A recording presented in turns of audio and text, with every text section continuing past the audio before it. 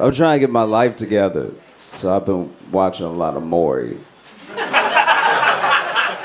Because Maury, one of those shows where you feel like I don't have it together, I ain't doing anything with myself. You watch a little Maury and you're like, I'm not doing that bad.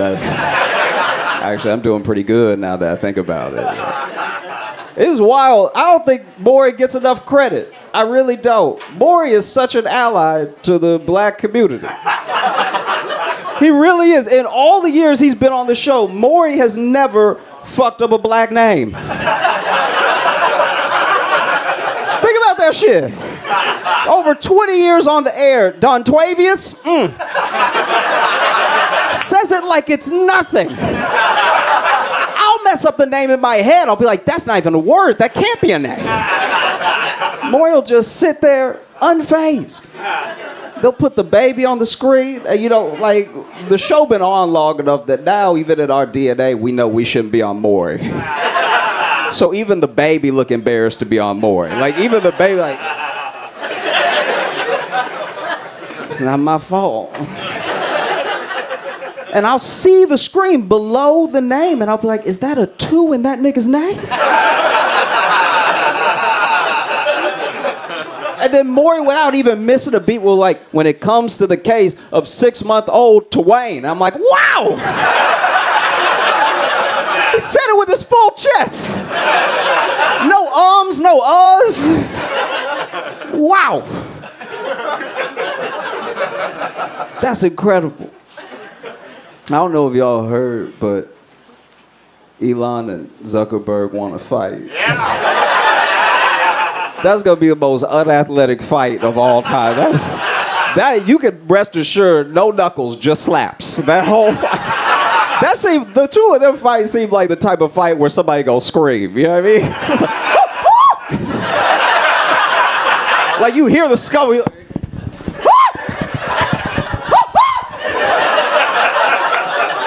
Like they never been bruised before, so they're like, why am I changing colors like this? Is this what poor people go through? This is crazy.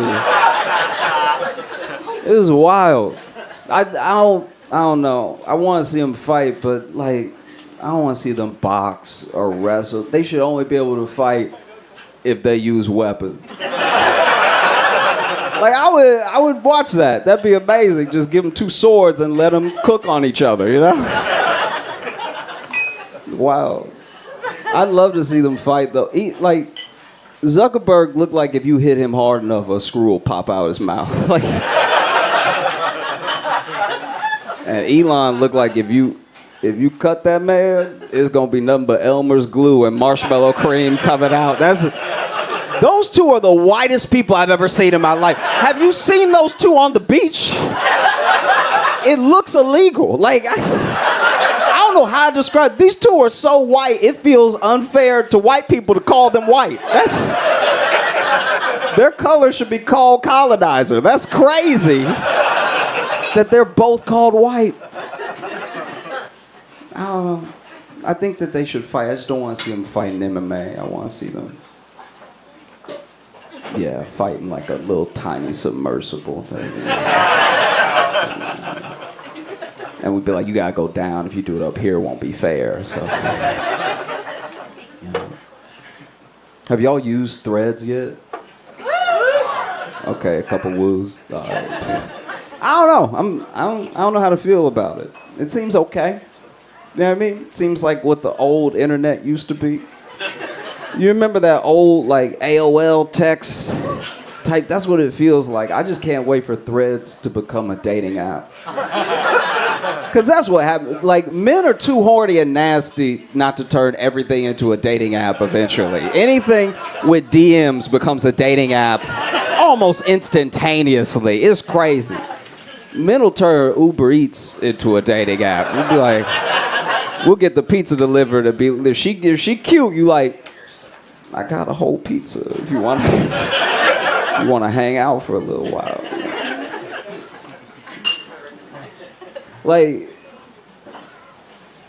dudes turned the phone into a dating app before dating apps. A lot of people don't know about it. So, in March 7th of 1876, Alexander Graham Bell was given the patent for the telephone. But they don't put it in the history books that on March 8th of 1876 was the first time somebody made a phone call and was like, "What the fuck you wearing, bitch?"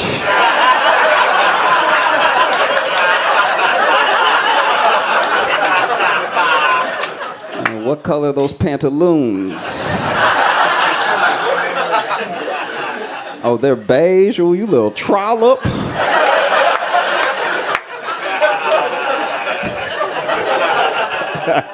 Yeah, what color? Oh, that's the thing, too. Like, it's popped in my head this week. Sometimes you just have memories of when you were little for no reason. I've been thinking about my life and thinking about growing up and stuff, and I just had this thing. From when I was a little kid, I went to the grocery store with my grandma, and this was not a good grocery store. We didn't have it like that, so it was a discount grocery store, and it was pretty bad. Like, it was one of the ones where you go in and the meat is $3, but then when you ask what type of meat it is, the butcher be like, "Why are you asking all these questions, dog? Like, just take it or don't take it." And I don't know how to describe it, but there's a weird thing that when you're in a bad situation, but you're used to it, just feels normal, you know? And so I was hanging out with my grandma, we were walking, she was putting stuff in the cart and everything, and then we heard an argument that turned into a fight on the other aisle, right? And it's loud, and they're knocking stuff over off the shelves and stuff, and they're screaming at each other, and one of them's like, "You don't get out my face, I'll shoot you." Yeah, like nothing you want to be a part of. And I saw my grandma turning down to go down that aisle, and I'm 6 years old, but I'm like, "Grandma, do we really need to?" And she like, "I need the bread. They not fighting me, all right?" And the night before I went to the grocery store with my grandma, I was at home and I was watching TV. And because we didn't have a ton of money growing up, cable was a luxury. And it was a luxury that my mom had to time. Because she wanted to give me what other kids had, but she just knew she couldn't really give it to me all the time. So we had to plan cable. So my mom, we would have it for 3 months, not have it for 6, you know. My mom would sit me down and be like, "All right, so you gonna see the beginning of the season of Friends. But you're gonna have to find out about Ross and Rachel from word of mouth, all right?" And so I remember this night was special because everyone had gone to bed without sending me to bed. So I'm 6 years old, and I'm just up late. Everybody's asleep. I got control of the remote. This is crazy. I'm about to watch whatever comes on late. This is wild. So I was flipping channels and stuff, and in my head, I'm like, if I don't keep it too loud, nobody will even notice. I can watch whatever I want. This is amazing. And when you're little, you're just excited for it to be late because you just never experienced late before. Like I was just running around like 2 a.m., 2 a.m., 2 a.m., 2 a.m., 2 a.m., right? So I remember I was flipping channels and I landed on Night of the Living Dead. And I watched Night of the Living Dead at 6 years old, which is far too young for me because I don't even know about real life yet. So I don't know if this stuff can happen or not. Side note, I found out years later, back in the day when they were making horror movies, like the early horror movies, their prosthetics weren't that good. So if you got hired to be a zombie, you were just ugly. Like that's... There's a little history tidbit for you. Anyway, I'm watching it, and it's terrifying. This is crazy. I was like, this is a bad idea. I can see why they sent me to bed. Nothing good happens at 3 a.m. This is crazy. So I went to bed, and then, you know, next day, wake up, go with my grandma to the grocery store, and as she's about to turn the aisle, we hear like a scream and a big, loud thud, and then silence. And I was like, "Grandma, are you sure that we want to turn this corner?" Because he said, "I'm going to shoot anybody in my face, and if we turn the corner, we're going to be in his face. What if he misses the person he aiming at?" You know? She's like, "Boy, come on." And so then what we would find out later, what was actually happening, was there was a fight between two dudes in wheelchairs. That's why it was such a ruckus and everything was getting knocked over, because they get knocked over, they got to roll back up. Punch.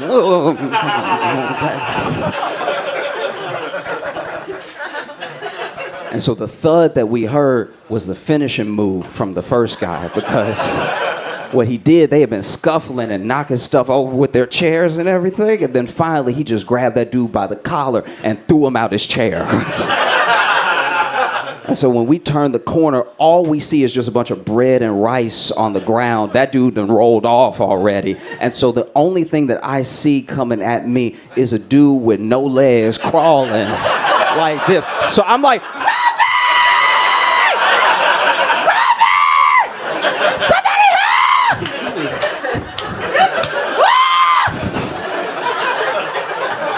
my grandma grabbed me and pulled me to the other aisle. She was like, boy, what is wrong with you? That is an amputee. You need to have some damn compassion. And I told her, I was like, Grandma, I don't know what an amputee is, but that nigga is a zombie, all right?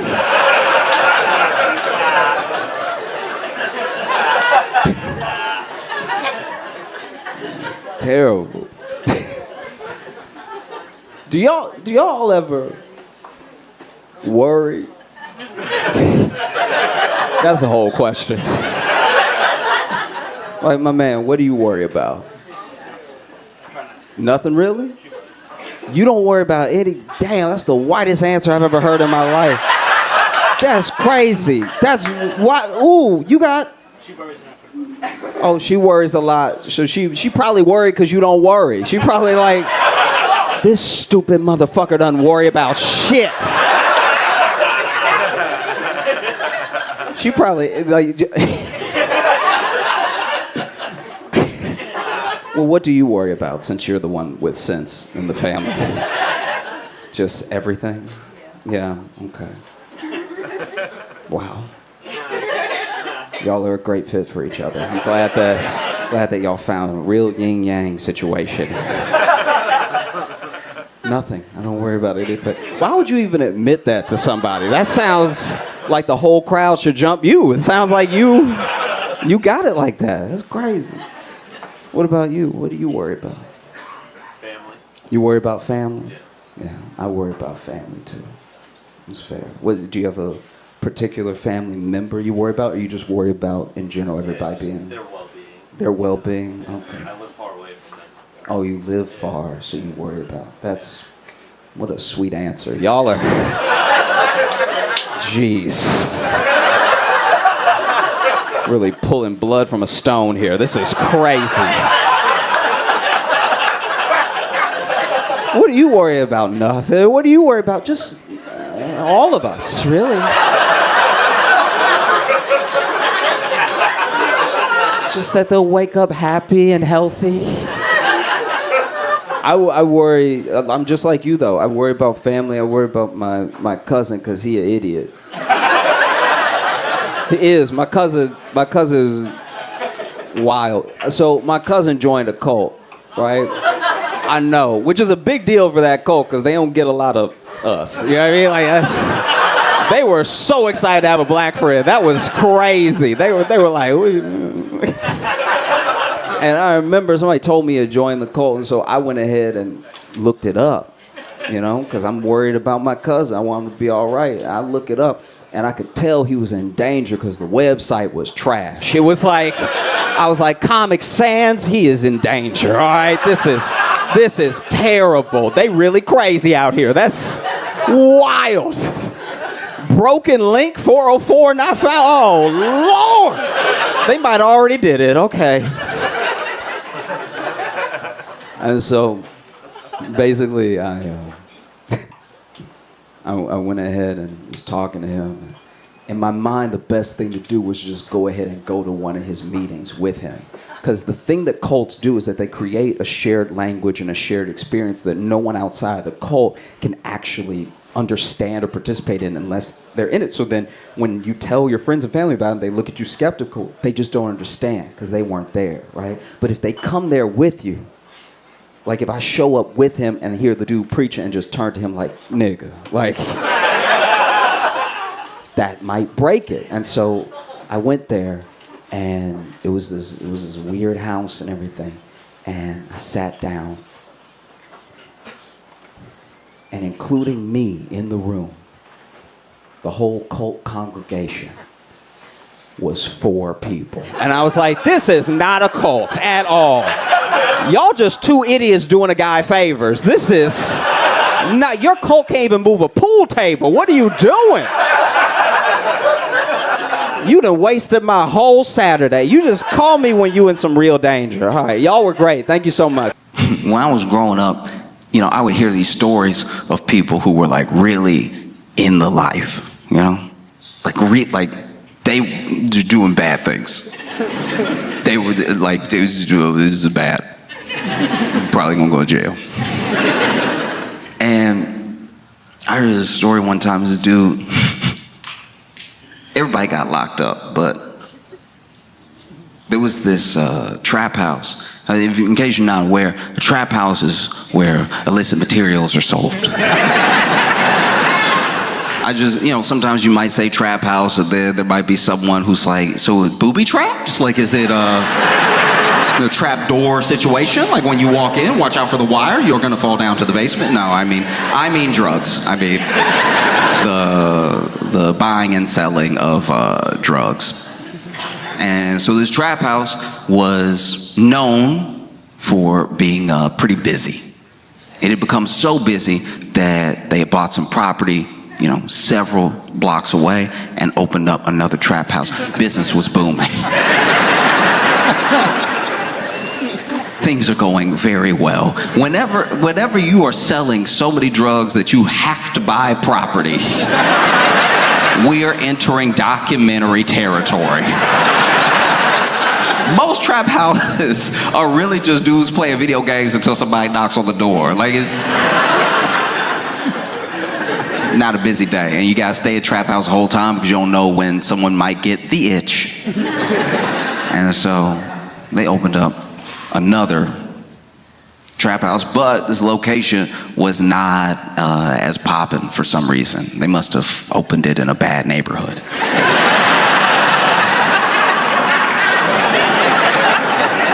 Can you imagine? Can you imagine being all drugs, be like, I'm not going over there though, that's dangerous. And so even though they opened another location, and even though they tried to tell people, hey, you can come here or you can go over there, people liked the original trap house. It stayed just as busy as ever, with some business going on at the second location, but mostly it was here, right? And okay. Let's just call him Jerry, all right? And Jerry ran both trap houses. And he did a pretty decent job, you know? Kept his books, kept his finances, really, like, he knew his inventory, you know what I mean? He could have made a great store manager at any grocery store. There was this dude named Twan, and Twan found out about these very popular trap houses. Well, one popular, one not so popular, right? And he made a plan to rob the trap house, the main one, the lucrative one, right? So his plan for robbing the lucrative trap house was to basically set up a diversion at the one that wasn't as busy. So he basically faked a robbery at the one that was not as busy. He had some guys go over there, bang on the door, act like they had guns, they were about to break in, because he knew it would make everyone call Jerry. Jerry and his boys would go over there, you know. By the time they get there, those guys have already left, and then the main trap house is left defenseless. They break in, Twan and them break in, they steal all this money out of the trap house, right? Take it back to their place. Now their place is a stash house. Stash house should be self-explanatory. If I've lost you at stash house, I cannot help you. But the trap house has been robbed, everything's been taken back to the stash house, okay? And then Twan and his boys thought they had made a killing. They were like, this is great. No one even knows that it was us, because they had planned it very well. They planned it all the way down to the detail of if those guys who did the fake robbery got caught, they wouldn't even know who hired them, right? But Jerry's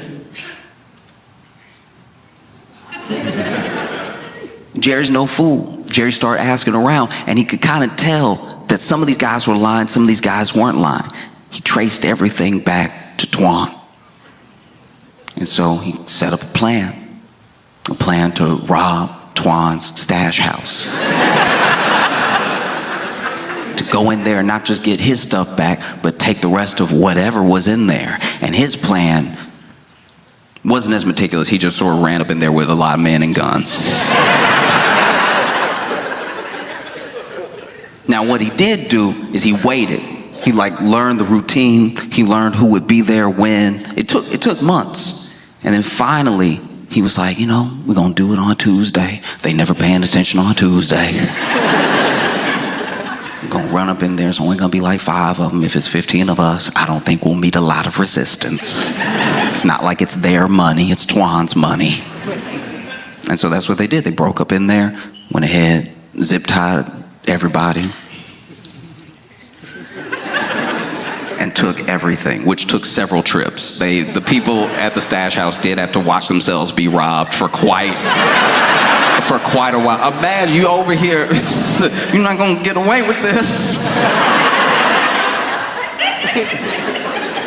Then you think they've left, they come back in the door. Left all this right here. And so then one of them, being new to the lifestyle, being a new, some would say prospect gang member, was so appalled at the theft that when he freed himself, lacking all presence of mind, called the police.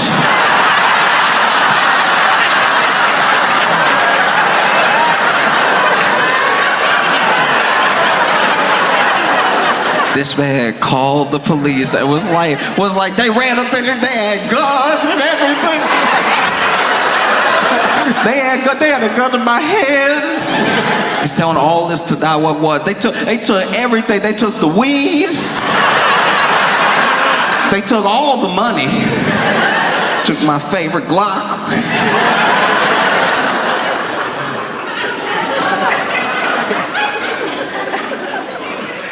And, some people were duct taped and everything, duct taped over the mouth, zip tied behind everything. So when, as soon as he called 911, he started freeing everybody else. And as soon as he ripped that tape off, they're like, "What is wrong with you?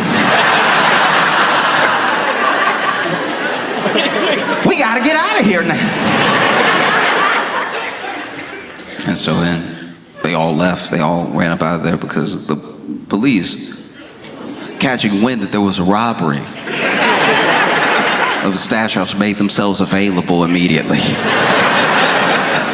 No, they got out in time not to get caught. They got out in time to see the police raiding the stash house from a few doors down.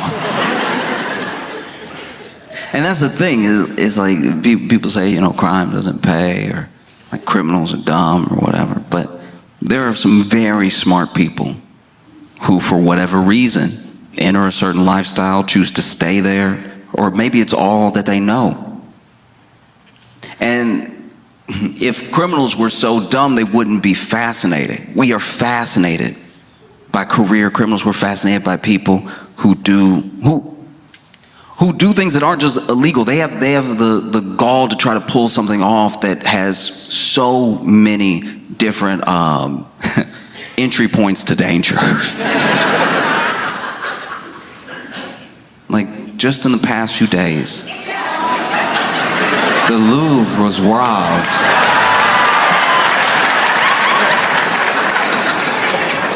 And I have not been able to settle. This is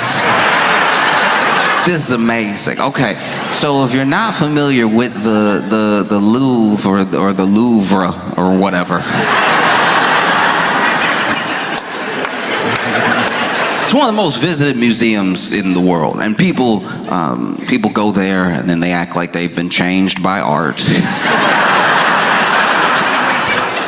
And you ask them what they saw, they can't name anything or anybody. They were just like, "No, the Mona Lisa was there," looking unimpressed.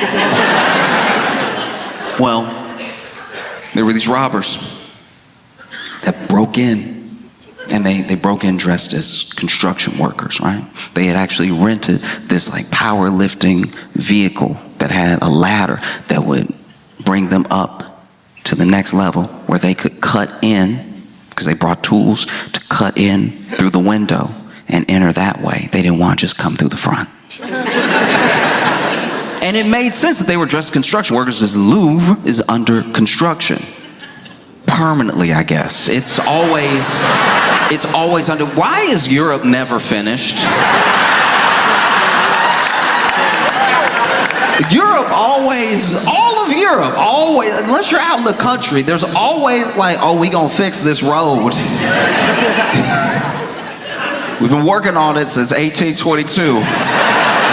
But that's y'all's fault. Y'all keep changing the roads. We just, right when we finished the cobblestone, y'all were like, no, it's asphalt now. And so look, they break in, and they break in with these power tools. They had like an angle grinder and everything. And that's when the alarms were going off and stuff. And then they get in through this museum window, and the part of the museum that they're in is where these rare crown jewels are being held, right? They didn't bother with the Mona Lisa. There was a crowd, there's a line. You'd never make it out. People be like, no, I want to see. And people keep, they keep criticizing the security. They keep criticizing the people that were doing security, but those people did approach them. They were like, hey, you don't. you better not. Because what is museum security really supposed to do? Let's be honest. Let's be real. You should, if you work security in any format, they should arm you with as much as it takes to protect what's supposedly valuable. Think about this. When you see someone working for like Brinks, right? And they bring a Brinks truck to do a deposit for a bank. Let's say a whole grocery store is like, hey, we got like $250,000 that we need to transport over to the bank to make our deposit. The bank is like, don't worry, we'll send somebody. They hire Brinks. Brinks comes over. They have a truck. And not just a truck, like a bulletproof truck. And then they get two people. They get two people to make sure nobody knocks you over the head when you're trying to grab the bags and put them in the truck. They get two people, and not just two people, two of the biggest people you've ever seen. Like two people that are so big that it's like, you are the gun, right? And then I think they give them a gun. They always hold in their pocket. Maybe they don't have a gun, but it looks like they have a gun. And they don't give them cuffs because they don't plan on taking any prisoners.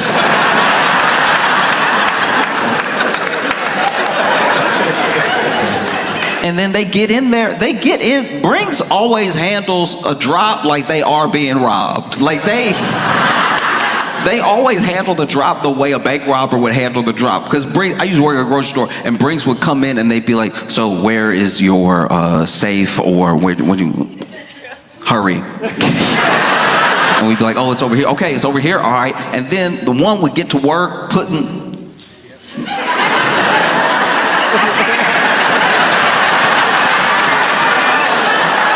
the other one just watching us. I'm ringing people up. I'm putting more money in the till, and they were still like, but you might try anything. I don't know you. And then they would leave, and they'd leave all fast. And then they'd run into the truck, throw everything in the truck, and then they would always peel out a little bit, which made me uncomfortable. One time they came and did a pickup, and I was like, y'all sure that was Brinks? Because they were a little squirrely. But then for some reason, there are times where you're supposed to protect, or you're supposed to hold guard of something, and you're giving less and less resources as you do it. Like, you look at a Brinks security guard, and then you look at like a mall cop. They're like, you get one flashlight. I guess shine it in their eyes or something. If you hit somebody hard enough in the head with it, the glass will break. That's something. But nobody gets done dirtier. Nobody gets done dirtier than museum security. Museum security, not only do they give you nothing, no flashlight, they don't even give you a stapler to hit somebody with. They give you nothing. All they give you is a dress code. They're like, hey, just show up in all black, nobody will mess with you. You show up in a black shirt with a black suit jacket and some black pants and black shoes, people think you John Wick. They won't even approach any of the art. Because truly, what is a museum security guard supposed to do? I go to a lot of museums. I try to go to a museum in every city that I do a show, if I can, right? And I've been in these museums, beautiful art. And then you see, you get a little too close, and you see this thing go off, this like little, you don't even know where the alarm is, but like it'll just, that's the too close alarm.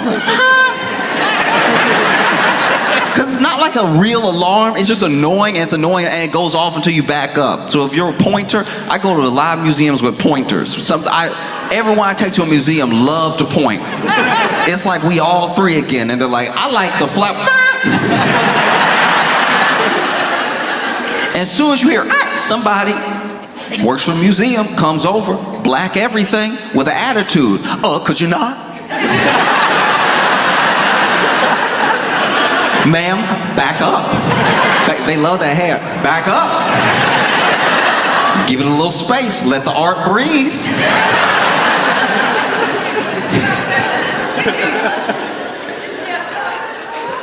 And you want to know who a museum security guard's arch nemesis is? Because it's not like a grown man.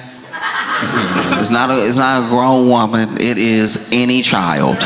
Any child will ruin their day. Because I don't know what it is about the frequency of the alarm, but if you're 4, you can't hear it. If you're 4, you're like.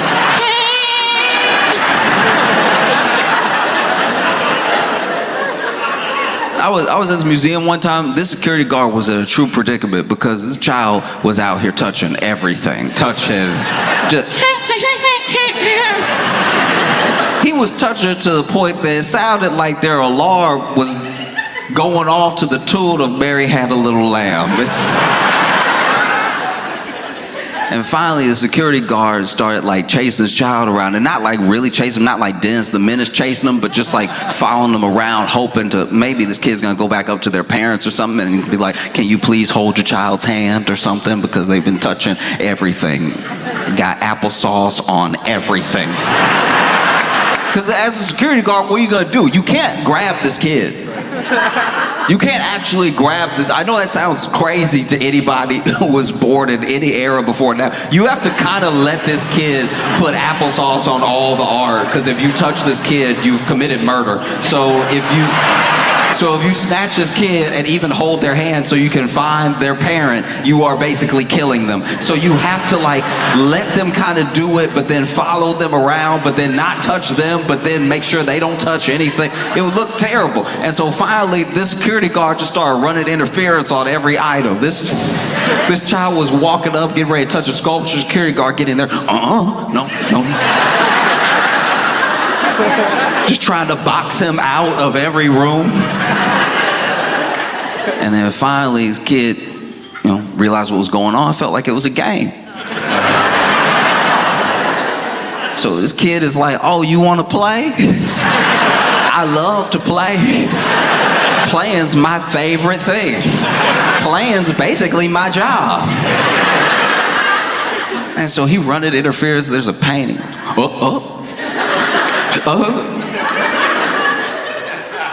And finally, this kid gets boxed in. And even the security guard's like, I don't know what to do now. Because like, this would be when you would like snatch their hand and be like, hey, is your child not with you in the museum? I might have them. But he was like, doesn't want to touch his kid, but doesn't want the kid to touch anything else, but then is in the corner, but then is also a grown man cornering a child in a corner. Just because you're at work doesn't make it look better. all this kid has to yell is stop, and you going straight to jail. I'm your only witness, and I'm not really here right now.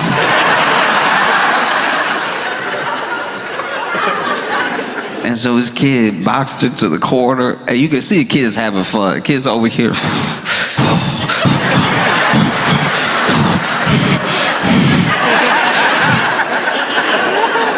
Nowhere to go but under. This kid slipped under his legs and ran away. This man turned around. Started chasing after this kid even more, and then the kid went to the only room he hadn't got applesauce on.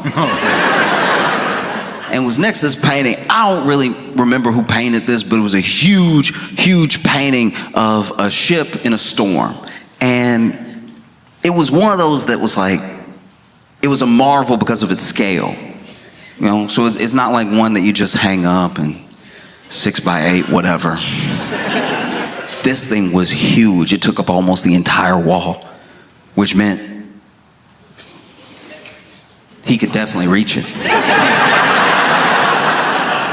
This kid walked up to the painting, and now the whole thing is a game. Touching the stuff's a game, trying not to get caught is a game. This kid's having fun. He thought museums were boring. He's having the time of his life. This kid standing next to the painting. And admittedly, I was also running after them so I could keep watching. I didn't try to help him at all, but I was like, I gotta see the rest of this. Like, what you gonna do? This man gonna run out of breath soon. Security guard gets in the room, huffing and puffing. And he just goes,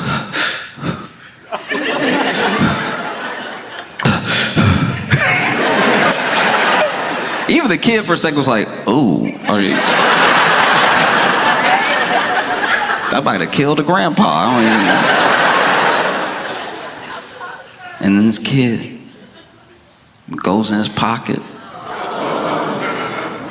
and lifts an applesauce covered finger. And I was like, it's been in his pocket the whole time.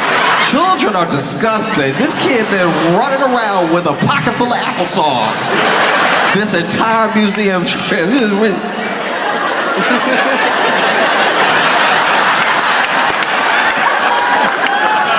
And then Unc running security goes,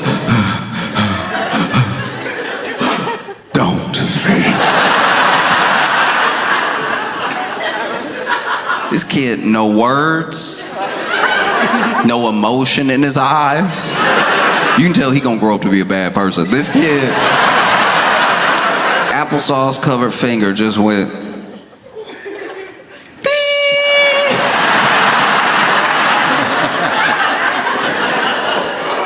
and so if a security guard is defenseless against a child, what do you expect them to do against actual robbers with angle rods that they just used to break into the second floor window? Because the security ran up on them, no, hey, get out of here, none of that. And then they went, vroom, vroom, vroom. Security was like, you know what, let us help you. Everybody out. Everybody out. Everybody get out now. Security made everybody get out but them. Don't you see these men working? Get out.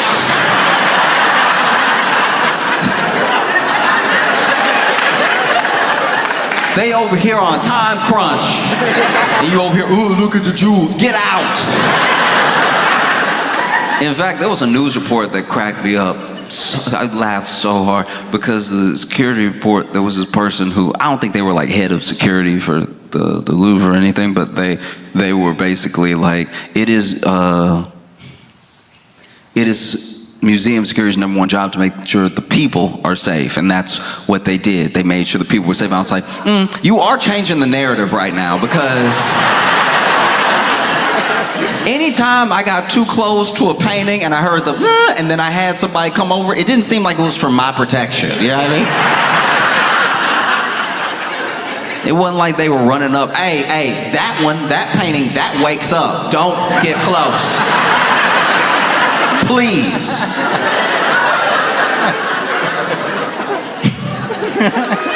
And so then, robbers start grabbing everything, grabbing these like Napoleon era empire crown jewels, right? They grab so much, they grab too much. They actually grab so much they drop one. They drop one of the crowns outside.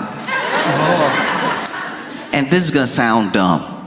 This will sound dumb, so bear with me because I know it's gonna sound dumb, but I don't think it's dumb, all right? I thought, truly, even when I went to museums, for as many museums as I go to, I've been to museums in Europe, I go to museums here, I like go to every museum that I can. I thought for certain that when you see something in a museum, that under certain circumstances is a replica.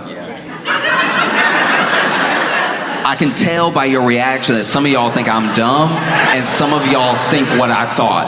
I'm telling you right now, when I would go to the museum, I would admire the brushstrokes, I'd admire everything, but I would be like, this is the fake one though. Like this has to be the fake one. And I thought that because if you remember, right before 2020 and even after the pandemic, you would have activists that would go to museums. These, climate activists would go to museums and they just throw like tomato soup on supposedly priceless paintings, right? They would go up to like a Van Gogh and be like, blah, and then they glue themselves to the wall or something, and then they would be like, this is why we did this. And you will have to listen to me for as long as it takes to unsuperglue my hand from the wall. Because people who are climate activists feel like no one is listening to the point where the only thing that will get any attention or like stop people for a second to listen to them is just extreme acts that knock you out of whack. You know what I mean? Just things that you go, what? What? They did what? Why did they do that? And then they get to explain. It's like the better version of canvassing. Because they tried to canvass. They really did. Everyone that cares about the climate tried to canvass. And what did you do? You walk by them. They were like, do you have a minute for the planet? And you're like, I'm headed to work, please. I was with a friend one time, and look, I've stopped plenty of times. I can't stop every time. And so they were like, do you have a minute for the planet? And then my buddy was like, nah, we're good, and kept walking, have a good day. And this dude got really bad. This dude canvassed and was like, you on the planet? You don't have a minute for the planet you on? But that was happening a decent amount. There were these supposedly priceless paintings. They were getting vandalized, people throwing Campbell's soup on them and everything. So then I was like, surely a museum would not allow Campbell's soup to get thrown on the real one, like the regular one, because the museum was always super chill about it. The museum, they would like throw tomato soup on a Van Gogh and the museum would be like, stuff happens, we gonna get it off.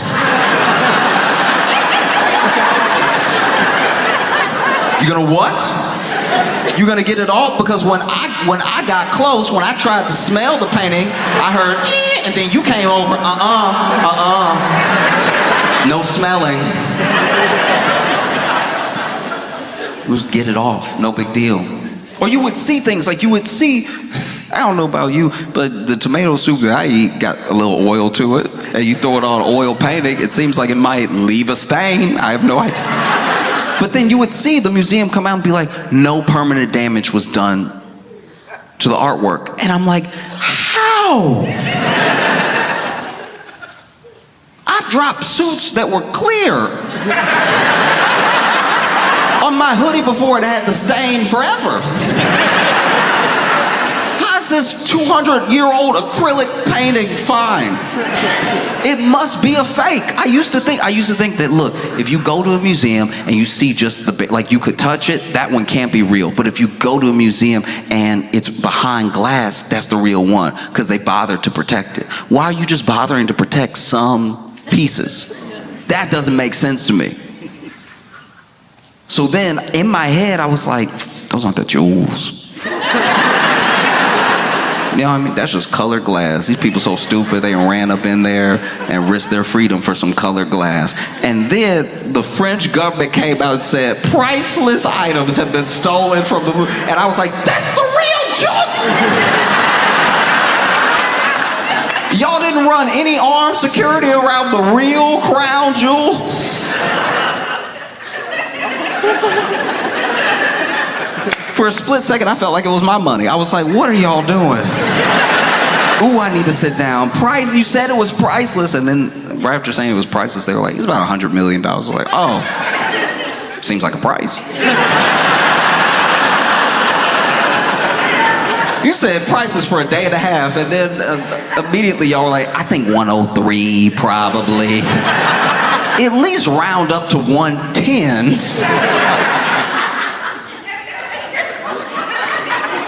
And then, in my opinion, museum handled it wrong.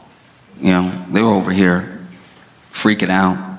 Everybody, the French government, they got everybody on it. They got like their version of the FBI. They have the local police. They have everybody on it.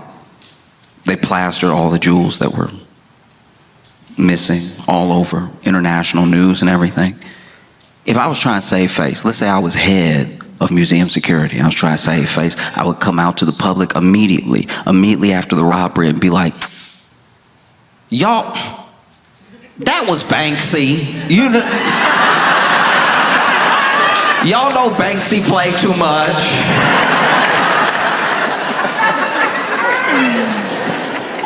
But this is where I wish that they had done a better job of being creative, being inventive. You know, you've just been robbed, one of the boldest robberies that we've seen. And you are the most visited museum in the world. Why don't you just see this as a W? You know what I mean? Instead of freaking out and shutting down the whole wing and staying closed for a day, all you gotta do is put that tape around the crime scene and make that an exhibit. We all wanna see it. Bring people in. Make the security guards that did do their job, the tour guides, just be like, it was 4 of them. They ran up in here. I was like, hey, get out of here. And they were like, ving, ving, ving. I was like, you right. All right, I'm gonna go. But I'm telling everybody, and that's why I'm telling you now. And yeah, you can see the glass right here. Take a piece of glass home. You can take a piece of glass home if you want. The jewels used to be right there. That's crazy, right? Jewels used to be just like, and the light used to hit it like that, but then they brought the grinder and they so. But they were real. That's why I'm doing this now, or else I'd be fired. No, it sucks. It does. It sucks because, like, it's just gonna turn museum security into TSA. Yeah, I mean, because look, this was, as far as museum security goes, this was their 9/11. So if you think you're just gonna roll up in there and have a good time, that's not what's gonna happen. You're gonna show up and they're gonna be like, all right, shoes off. They all gonna have the wand now. Oh, brutal stuff. You're gonna walk into your local museum. You're not even in France. But there's gonna be that security guard takes his job extra serious and be like, you're not gonna get me, not today. Pants down, pants down. No, I got a check. You could have anything. You could have an angle grinder in your pants or something. You know, we have some very expensive cups here.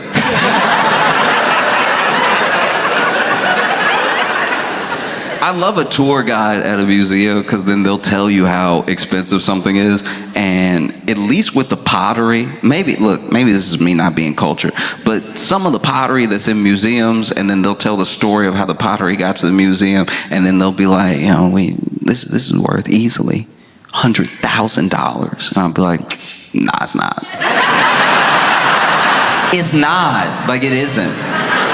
Like, it is not. As much as it is here, it is not worth that. Like the function of is, like it is here, like it exists, like it is. It is here. And it is not worth that. And you know how it's not? I know it's not worth that. I know it's not worth that. Because you had to tell me how much it was, because I thought it was worth nothing. I thought y'all dug it up and brought it here because y'all were like, this was just in the ground. Isn't that interesting? I bet you people aren't leaning over the register at the gift shop being like, how much was that clay cup? I only have 50,000 on me. Dang. I would have loved that clay cup that looked like a caveman did it. Because I need to be clear here. I'm not just trying to be rude. The one that I'm talking about, it wasn't like some beautiful African art. It wasn't like a Greek pot or something that was painted with a story on it. It just looked lumpy. It just looked lumpy to the point where I was like, even when they drank out of this, there's no way they got the water on a consistent basis. You could tell it's primitive because it looked like a cup that gulps.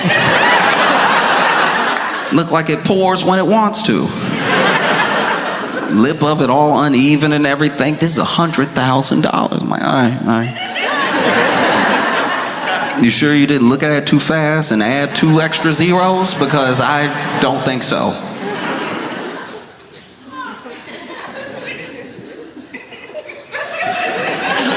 There was a guy.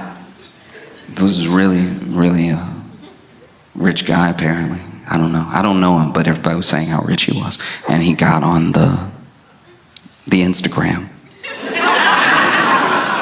to actually physically cry about the crown jewels being stolen. And he gave this whole speech about how like the robbers, because there's this assumption that the robbers aren't gonna be able to just sell the jewels they stole as is. There are plenty of people in the world that would pay the money it would take to sell them just as is, and maybe they just keep it and only they know they have it. But art collectors usually like to show off their collection. And so they can't tell anybody, so it's better just go ahead and maybe melt it down, sell the jewels. The jewels themselves are still very expensive. In fact, you'll see where throughout history, pieces have been stolen. Mona Lisa was stolen before. Pieces sometimes get stolen, but unless you can sell it to someone, what's it really worth? And so there's speculation that already these jewels have been melted down and being sold for parts, or maybe pieces are being sold that might not be able to be traced back to the complete set. And this guy got on social and he was just crying. Dude had to be in his like 50s, something like that, and he was like,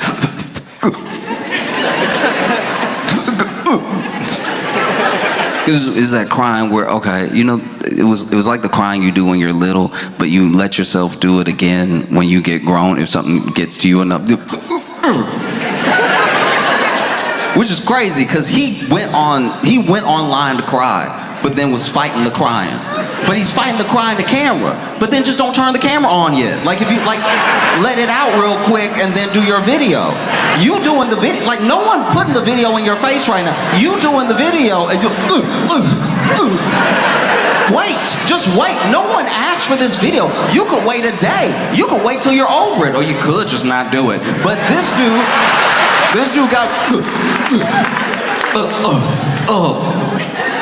some people just cry like they choking, and it's just.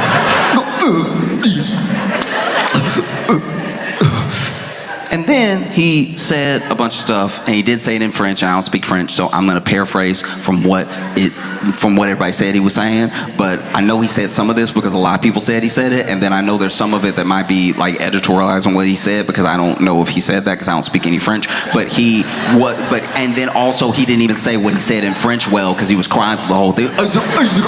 Like. And look, to be fair, maybe some of that was crying and maybe a little bit of that was the accent. Maybe some of that was the accent, because there are certain people that when they speak French, they do seem upset for no reason, so then that's... It's like, was that a cry or was that one? Were you saying one just now? Were you like, or is that you trying to hold it together? Because that's why you should have waited to make the video.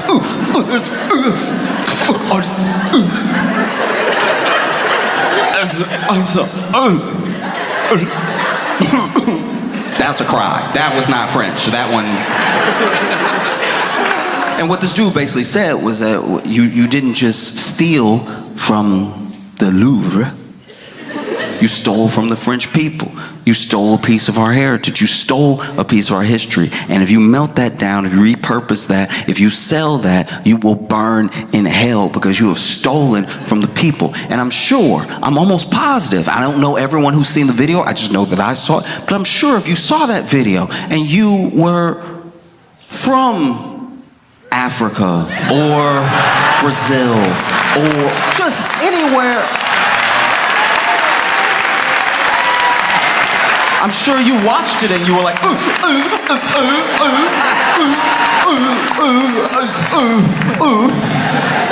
oh no. Someone stole a piece of your heritage? What are you gonna do?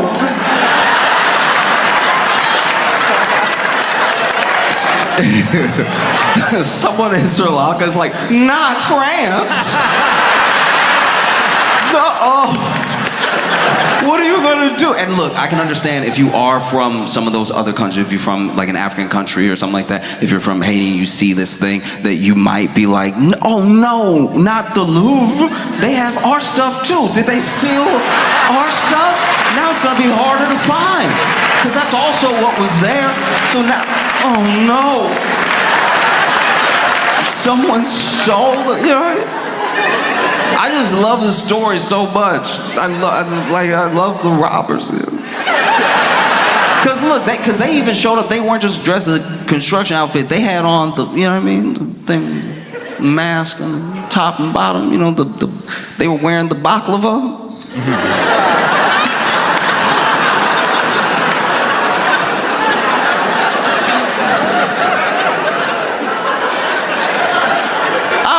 I love this crime so much because it feels a lot like somebody that runs a trap house robbing a stash house, and then the person from the stash house is like, we gotta call the police. I can't believe somebody would steal from us. This is unacceptable behavior. We stole all this stuff fair and square. This was ours. And then they took it from us in an act of injustice.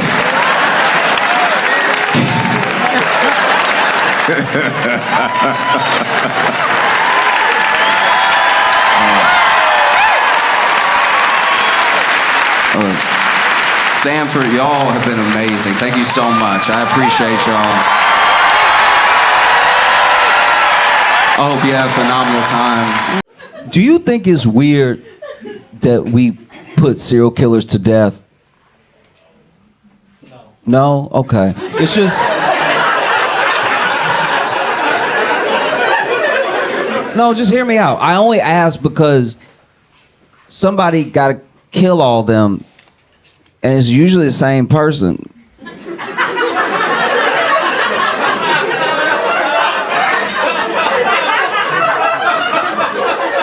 So isn't an executioner just a serial killer that made it? Like, isn't he just like the industry plant of serial killers? Like,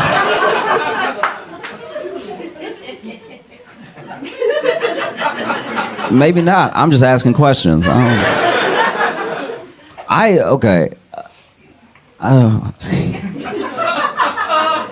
Y'all probably won't like this. Okay.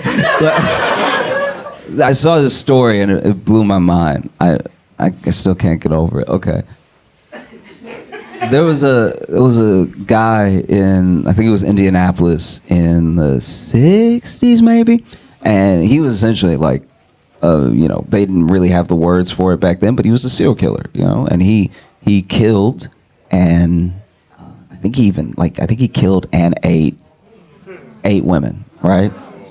And they caught him because he just got sloppy. He became a hoarder, you know what I mean?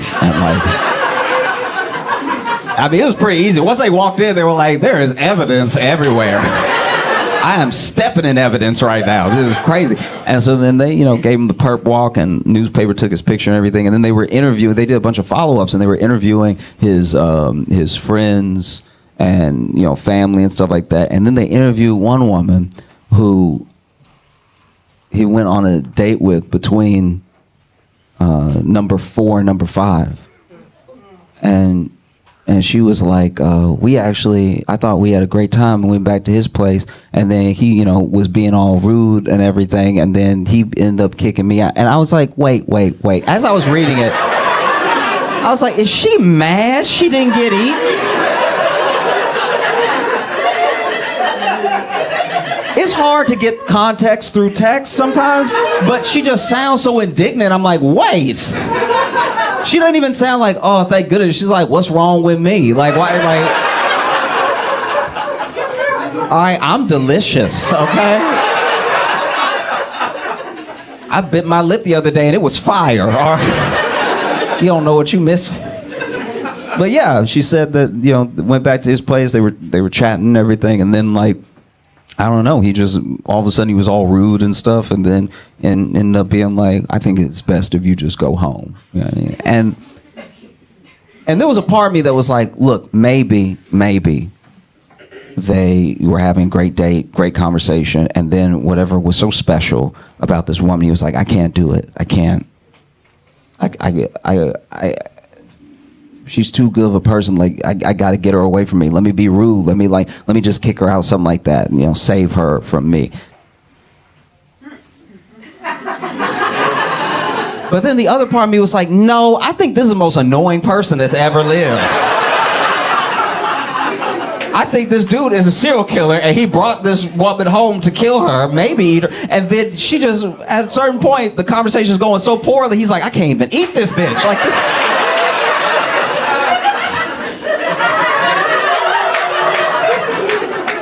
Like, showed a picture of her kissing her cat on the mouth or something. He was like, some things are just disgusting, all right?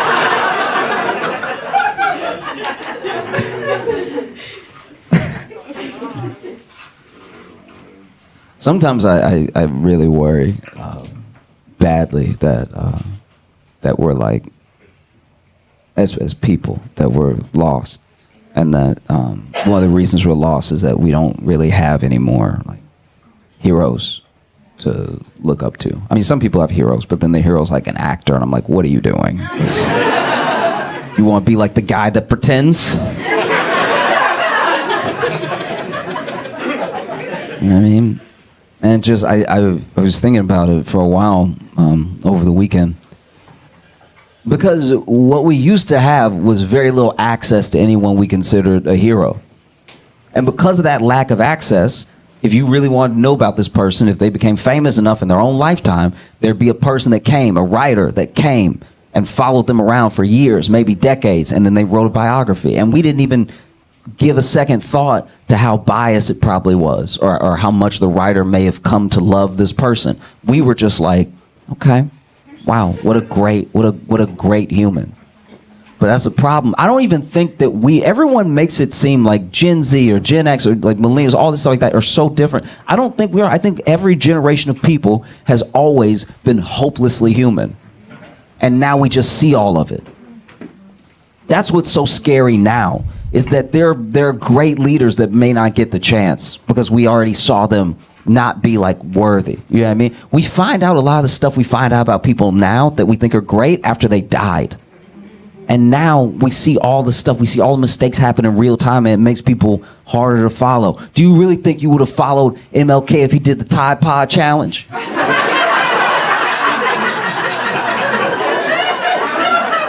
Do you think if a young MLK in high school was like, oh, all right, this is Martin here, we about to see what it do. And then 5 years later, he's like, march with me. They might beat our ass, but come on. No. I'm scared that's what's happening right now. I think that there's a brilliant, young, but smart for her age, wise old soul. There's a incredible person out there right now, a young Angela Davis right now, twerking. And like feet on the wall too, like nasty stuff.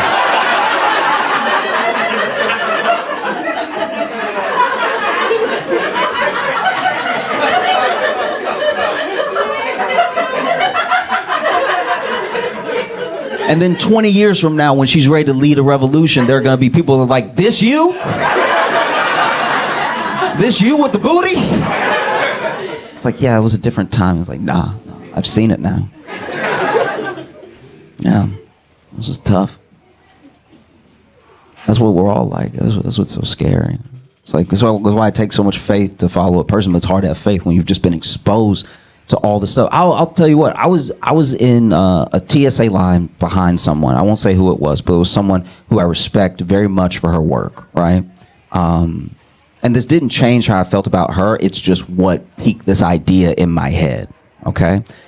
She was in line ahead of me in TSA, and both of our bags got flagged, right?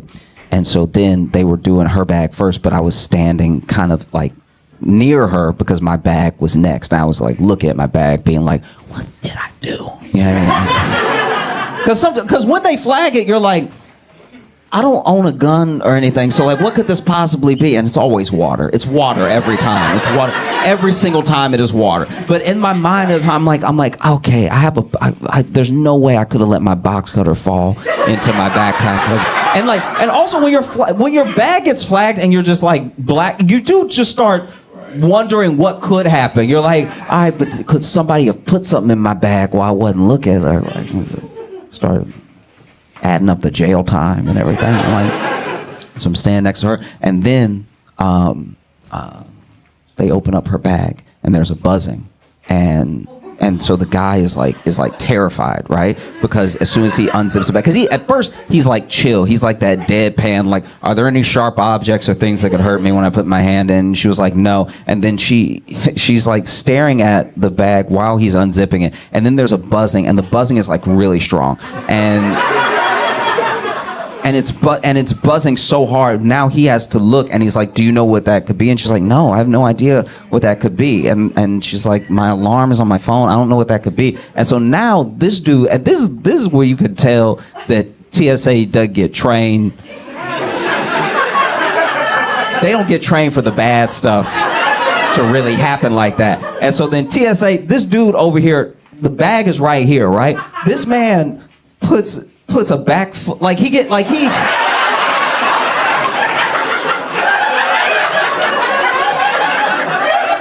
took a step back and bent his knees like he would run. And I'm like, but then what are we supposed to, because you're not telling us to back up. And you're not calling for backup. You just over here unzipped it through the flap.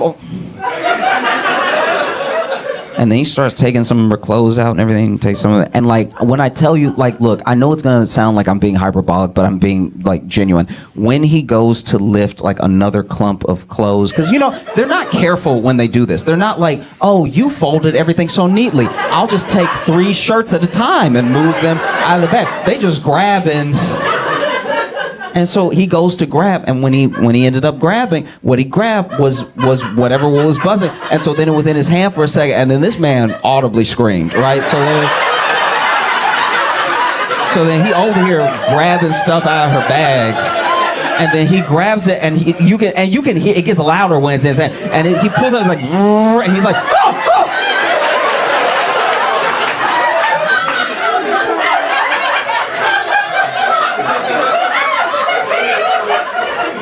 And then this vibrator went to town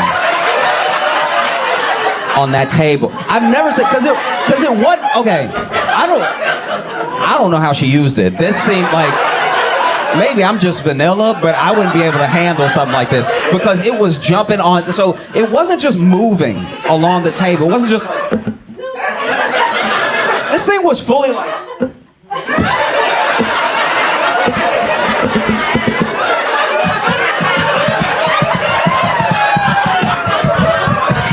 this motherfucker started breakdancing on the table.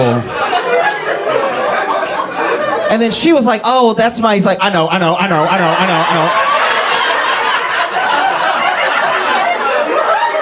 And now he got his gloves, but then even with with the gloves, he seems scared to touch it, right? So then he gets it and like, I'm not acting like I would have known how to turn it off right away, but this really was getting away from him. Like it really was like he finally grabbed it and he over.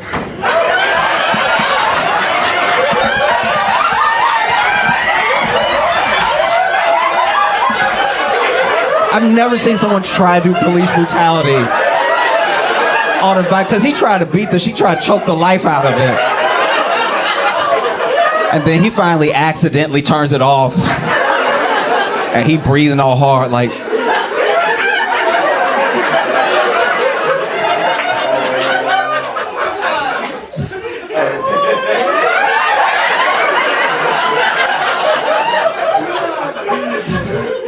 Is there anything else in there?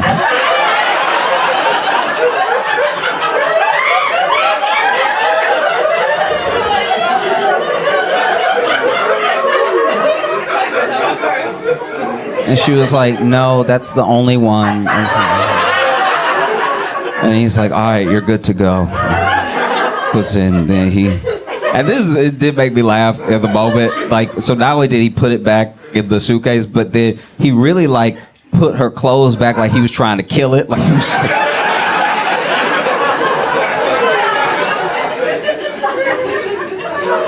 And when I bring the story up, like I said, it didn't make me judge her as a person. I still very much respect her. I'm just saying, if she were to lead a revolution tomorrow, I'd be like, all right, but are we going vibrator first? Because like, I just know that about you now. You know what I mean? I hope that's gonna lead the charge. You all have been phenomenal. Thank you so much. I'm Josh Johnson. Have a good night. Okay. I know I'm getting older now because I've realized that a lot of people that I knew when I was young have passed away because of basic math.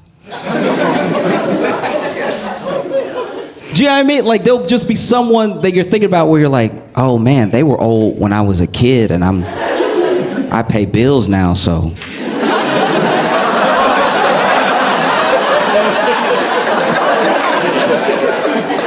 Oh yeah, oof. I went to a Catholic school in high school, and there was a priest there that I thought was hilarious. I don't even remember his name. I feel bad about it, but you know, he was dope, and he would do mass because we would have mass before classes and stuff, and he would always forget to turn his mic off. Consistently. I don't even think he knew it had an off button. He would always forget to turn his mic off, and then he would take the sacrament, right? Which is a cracker. And then every time he did it with next to his mic, it sounded like he was losing a tooth every week. It was never not hilarious. I remember the first time it happened, I was like, did he crack his soul? Like what? And you know, I'm not Catholic, but I would sometimes, when we would have a retreat or something, I would go to the confession just to like do it. Do you know what I mean? Because there's a certain power in going to confession when you're not Catholic, because you're gonna tell someone a bunch of stuff they can't tell anybody else. And then they're gonna tell you what to do about it, and you're just gonna nod. Like this.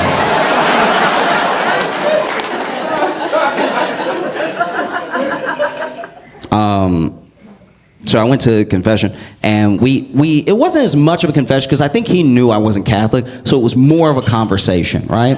And in the conversation, he said something that stuck with me ever since, where he was like, I don't know. This is him. I don't know if there's a God. But I've read the Bible, and I feel like, God or not, that this is the best way to live my life. I feel like I'm happier, I'm kinder to people. I feel better with this thing than without it. So that's just me, right? And I never heard someone, especially someone like in a church, like of the church, speak so candidly about their beliefs, right?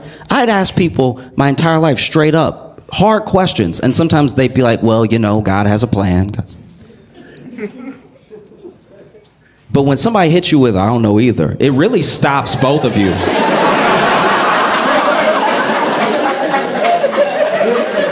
I remember the moment he said it, I was like, oh, I hope I didn't break.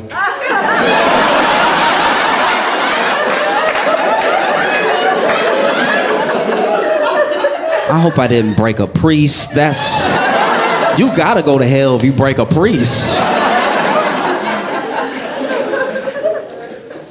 But he was like, no, I don't know. But I think that even if nothing happens when you die, even if there's no God, by the time I'm gone, I'll be pretty happy about the way that I lived my life. And I thought about that the other day. And I was like, ooh, I was 14. And he was like 84, so.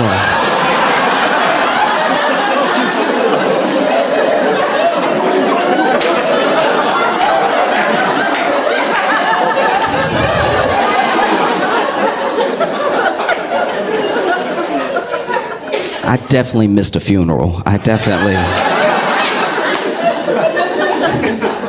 Okay, I don't drive because I'm a terrible driver. Like, I failed my driving test, and I'm out of practice since then.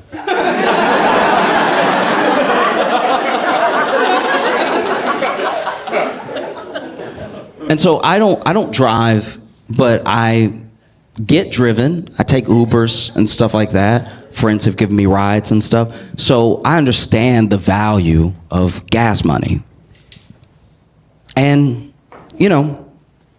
it always felt like some classic 90s late night joke to talk about gas prices and if they were high or they're getting so high or whatever. And at least right now, gas, at least in most states, is on the lower side. It's cheaper. It's trending down, actually. It's cheaper than it was last week at the time that I'm saying this, right? Don't quote me years from now. Mr. Moneybags thinks that gas is cheap. It's like, no. I'm saying that as of September 4th, 2024, gas is trending down. It's cheaper than it was last week. It's cheaper than it was a month ago. And it's down from a year ago, right? And I think that because of that, gas stations are maybe hurting a little bit, and they're starting to sell extra stuff that is a bad business model, right? Like extra stuff that shouldn't even be at the gas station. Like, I saw gas station flowers.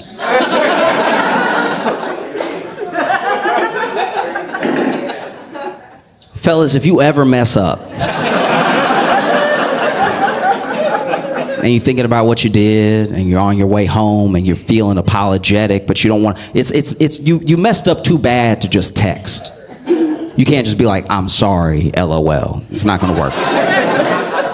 You're like, I gotta make this right? And so you're getting your apology ready in your head, and then, you see that the tank's pretty close to E. You're like, let me be responsible, fill up the family car, right? And then you get to the gas station, you fill up the car, and then you see inside that there are flowers, real flowers, at the gas station. If you walk in and you buy those flowers and you bring them home, she will leave you, all right?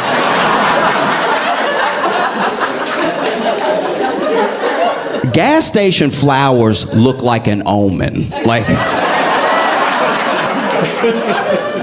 they're just dead enough to be alive. I've never seen anything like it. Like, and for sale of regular price flowers too. There was a bouquet that was in a bucket with a bunch of other bouquets, and I looked and the sign said $9.99 for these very dead There's no vegetation around. These flowers were clearly shipped in like the back of a fridge or something. Flowers are big. Salads. I'm all for people eating their greens. And I think we should be healthier as a country. But if you buy a gas station salad, you have just used your credit or debit card to pay for E. coli, right? E. coli is supposed to be microscopic, but you can see it on a gas station salad. You can see it tap dancing in there. You can see it waiting to get inside you, excited. Eat me, please. I was at a gas station in Kentucky and saw, for sale apparently, a loose pickle.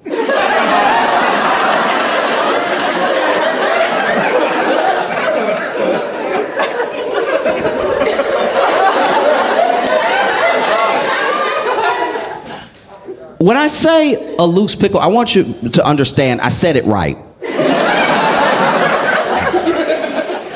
I was at the gas station, my friend was getting gas, I was gonna buy a bottle of water, and as I'm walking towards the fridge with the waters in it, I pass a shelf. The shelf has pickles laid out on the shelf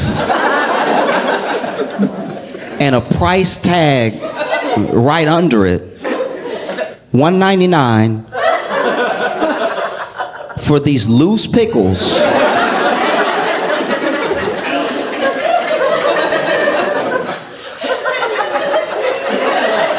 $1.99 for these loose pickles. They're just on a very dusty shelf. And they were wet, like they had pickle juice on them. And it was a mystery I needed to solve because in my head, I was like, what could have happened here? Because this was like a mom and pop gas station. It wasn't like a Circle K or, you know what I mean? Like it wasn't like anything like that. It wasn't a Shell or anything. It was just like a regular independent gas station. There's very few now, and I guess I can see why.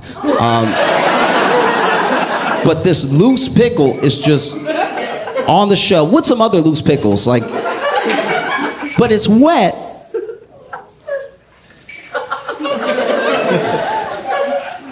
And in my head, I was like, this is like either a miracle or the worst business idea I've ever seen in my entire life. Can you imagine someone pitching, look, pickles taste like pickle, all right? Just throw them out there. Don't put them in a jar. Don't let them soak in pickle juice. They're gonna taste like pickle no matter what you do, all right? Sure, there's a little dust. That dust is character, okay?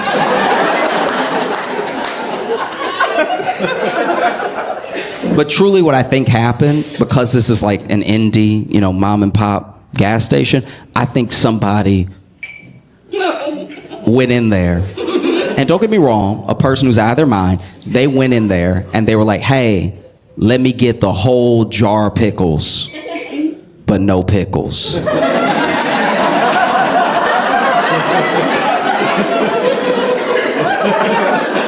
I just want the juice and the jar. And then this mom and pop gas station owner said, rightfully so, excuse me? Sir, I want the jar and the juice, hold the pickles, and I'll pay whatever price you want.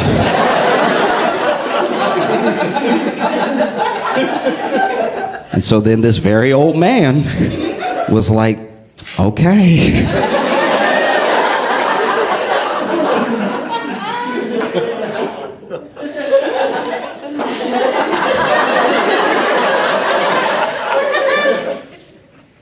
Because what do you charge for that? If somebody says name your price, I would charge like $300. $300 would make me feel comfortable about making a sale to a serial killer, right? I wouldn't even say 3, maybe 500. I think 500 would make me more comfortable about what I had to do while somebody watched. You know what I mean? No, 5,000. $5,000 would be my price because I would want them to have to pay so much that they couldn't get far, and when I called the police, they wouldn't be. They'd just be one tank of gas away.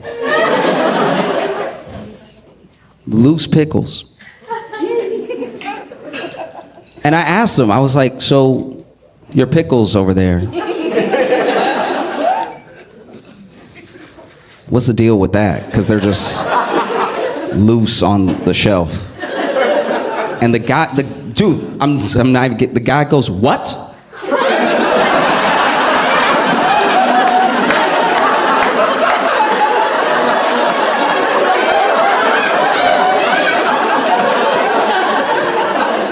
I was like, your pickles are loose on the shelf. Because now I'm getting nervous. So your pickles are loose on the shelf. And he's like, what? And he's like cursing under his breath. And then he goes over there to the aisle where I pointed. And he's like, not again!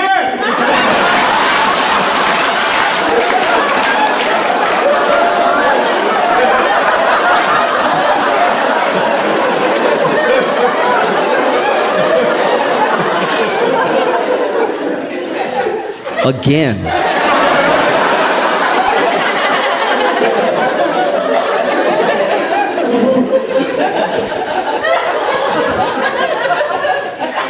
And he's like, not again! I was like, wait, so this happened before? Like, you didn't want this to happen? Like, a weird stranger didn't come in here and pay you $5,000 for just the jar and the juice?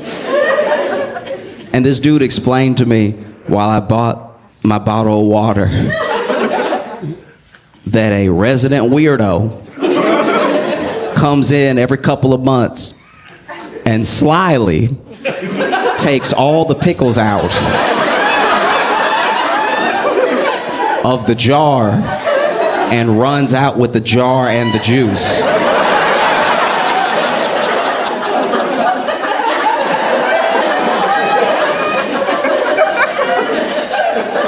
And he said, this dude said, I have alerted the authorities multiple times.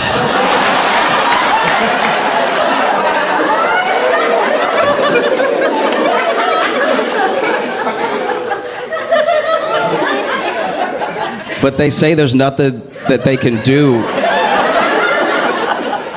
Because he's stealing, but it's not like a priced amount.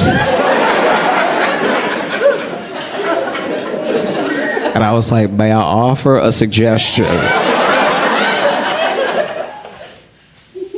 Pickles, $1.99 each. Jar, $5,000.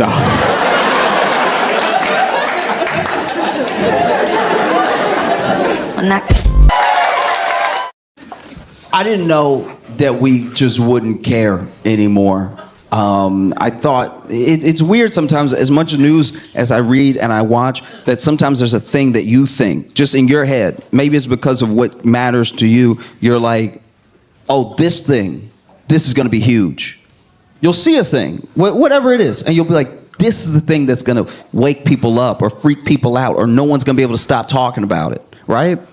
Different for all of us. But then, I don't know if this is a universal experience, but I think it is. Eventually, you get disappointed. You realize, like, oh, wow, this isn't as big of a story as it should be. People don't care as much as they should. Like, everyone's moved on, even though the thing isn't resolved. That's wild. And I didn't know that we would just stop caring about the drones that are flying over Jersey. Like, that seems like a big deal, and we just sort of let it go.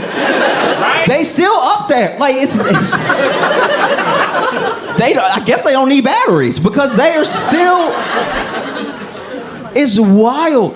There are drones that were flying over Jersey, and they're loud. They're very high up, but they are so loud that people compare them to helicopters. And they've been flying over Jersey for a while now. And, you know, we all kind of thought, okay, they'll tell us what that is eventually.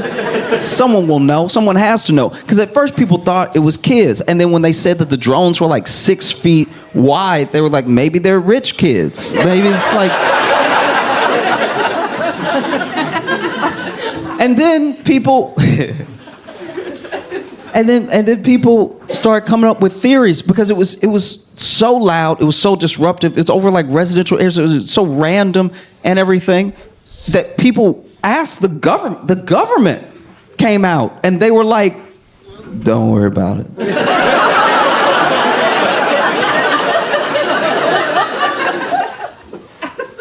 Don't worry about it. The government has never said, don't worry about it. Y'all, the government said, don't worry about it in American history. The government, I would honestly tell you to watch at least like one White House press conference, one like hour of C-SPAN. The most asinine, insane, minute questions get asked of the press secretary. And I'm not saying they always have a legitimate answer, but they always at least try to answer the thing in some capacity, no matter how dumb it is. They never say, don't worry about it. That's never been the tact that the US government has taken. Don't worry about it. We shot a balloon immediately. Remember that balloon that we couldn't tell because none of the pictures looked clear enough if it was a child's balloon or if it was actually a spy balloon? But we shot it, I think, with a missile and said, that was a spy. That looked like China.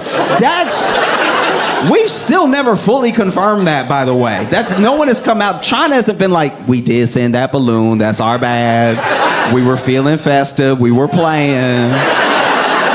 It's never happened. That is crazy. Don't worry about it. There are brown people just alive in other places and the government's worried about it. Like that, don't worry about it. That's crazy.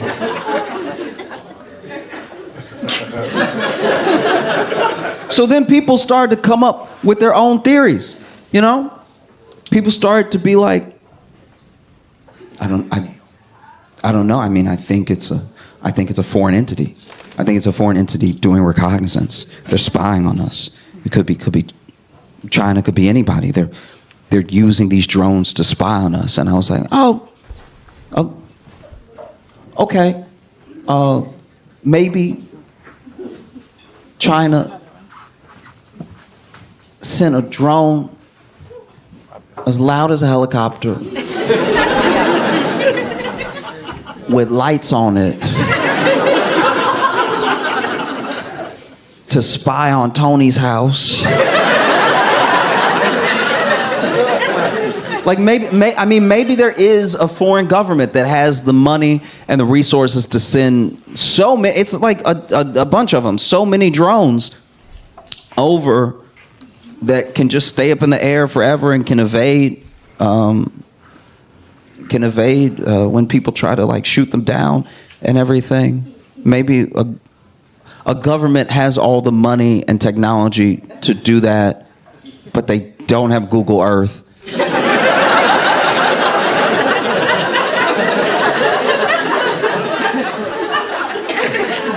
Maybe. And some people think that's very dumb. Some people think, oh, what an idiot. Who would think that? But you know what it's not dumber than? Don't worry about it. That's the dumbest thing a person could say.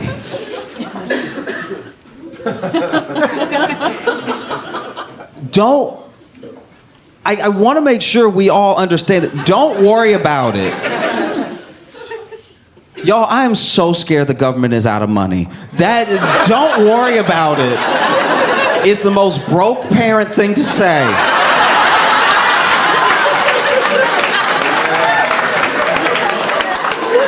Yo, don't worry about it. When I was a kid, My dad drove, like, I think it was a 92 Corsica. And if you don't know what a Corsica is, you're doing great. Don't worry about it. But he drove this 92 Corsica, and the Corsica had a hole in the back on the floor. There was a hole. And one day I just went ahead and said something. I was like, "Hey, Dad, I know that you drive and I'm back here, so you up there a lot and I'm back here a lot. So you probably didn't know what was. I'm just letting you know what's going on back here because you always up there and I'm always back here. But there is a me-size hole in the floor of the car. So just in case you ever pick me up and then you don't see me and you're like, I swear I just picked him up. Where is he? I probably went through the hole that's in the back of the car because it's a hole. I see the road and we are going fast. Like there's a lot. I thought we were going fast when I looked out the window. When you look through the hole, we're going light speed. Okay? So what are we gonna do about the me-size hole in the back? And he was like, don't worry about it. And I was like, that's because we don't have resources. Okay.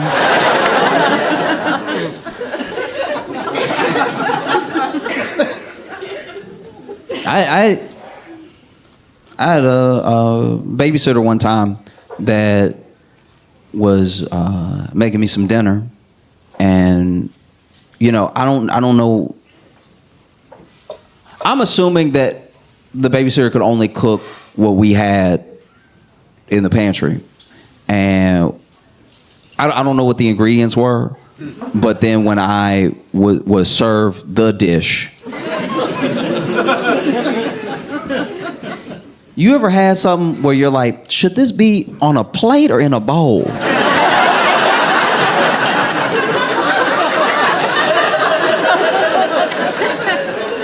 Because it has enough girth to stand on its own. But it's soupy enough to need some collection, to need some guidance as a dish on where to be,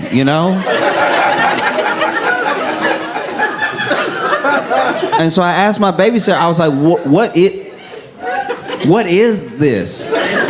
And she was like, don't worry about it. And I was like, oh,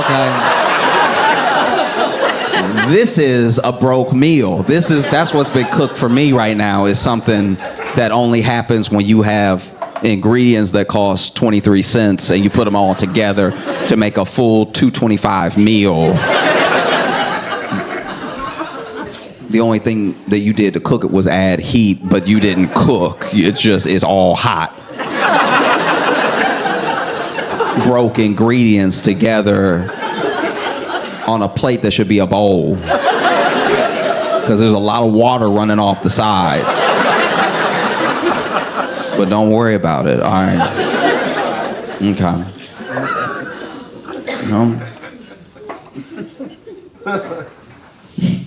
I remember one time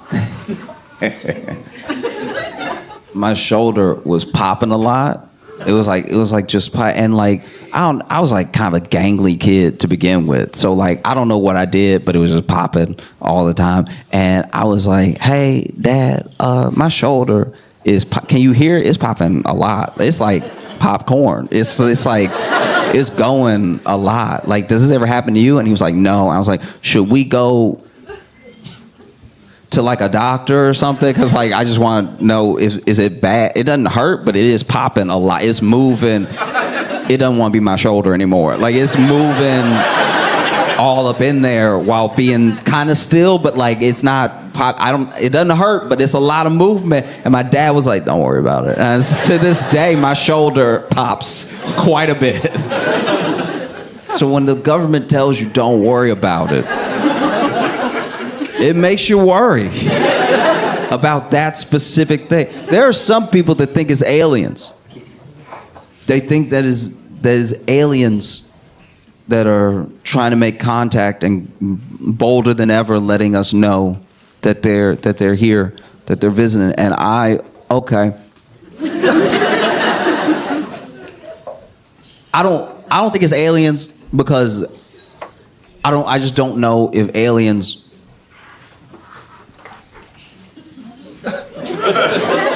I'm really not being disparaging when I say this. I'm just being honest. If you cross dimensions, I don't know if Jersey would be the first stop. And that's...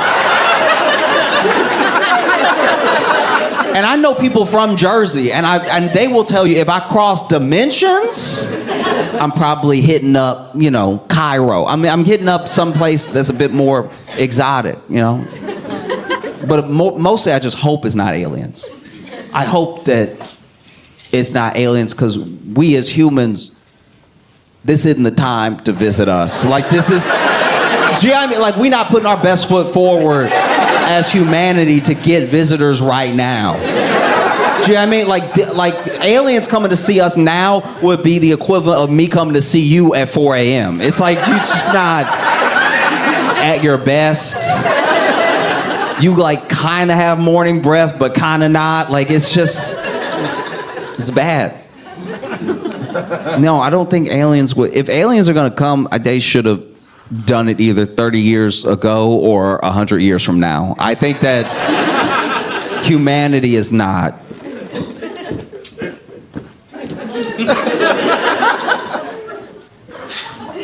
We're not good for visiting right now. You know what I mean? Like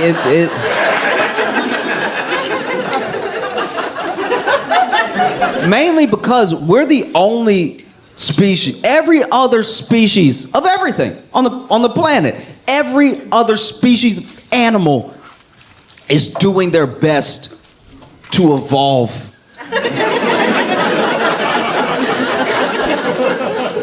They're trying to go in the direction that forwards the species that, do you know what I mean? That they will still be around, hopefully.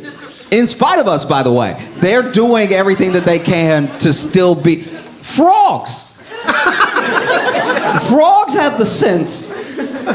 There will be a frog off by itself doing something weird that the other frogs are like, don't go over there. Don't that's not gonna help. That's not helpful at all. And the frog will be doing something like jumping upside down or whatever, like just bouncing upside down over and over again. And the other frogs are like, don't mess with that. Because they know it doesn't help. They don't look at that frog and go, he just asking questions.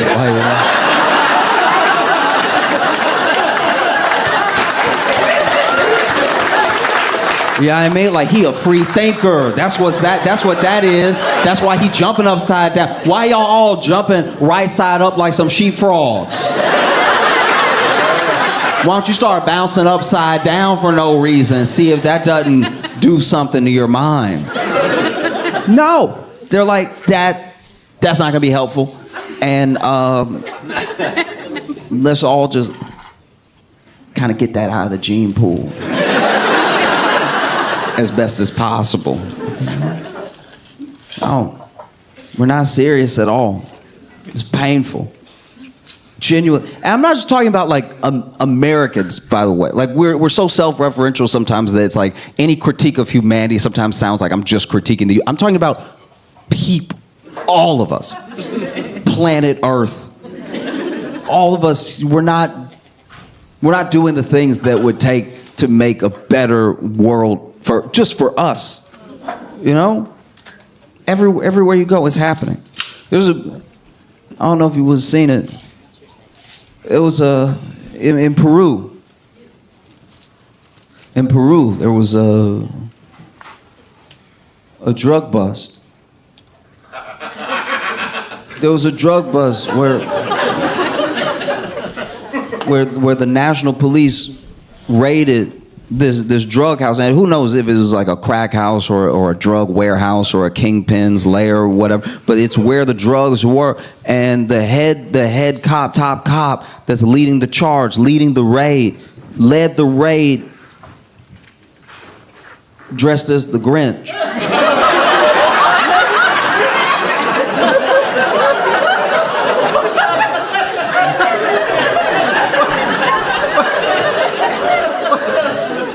That's unfair to everybody in this situation, all right? That's not right. Imagine, You in there. You deal drugs, you cook drugs, whatever, but you putting the drugs in a little baggie. And then you hear a boom, boom. Somebody has knocked down your door. And you look up.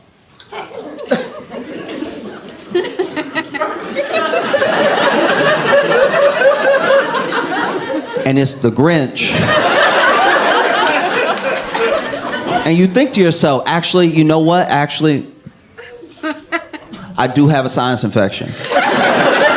No, I do have a sinus infection. I have a sinus infection, and I've been blowing my nose all day, and I've been like taking the Mucinex and everything, but like I have a sinus infection, and then, you know, my nose has been a little runny too, and then when it's runny, you don't want to gross out your coworkers and everything, and so you do a little, and I must have what we making, because that's the only way that it makes sense that the Grinch and the police are here together at the same time. I must have accidentally did what we doing in here to be seeing the Grinch and the police at the same time. Because he didn't just run up in there as the Grinch. This dude, he had the battering ram, and then he goes in. After they break down the door, he goes in and then dropped the battering ram too. Unarmed, just came in character like the great. This man came in high knees, just.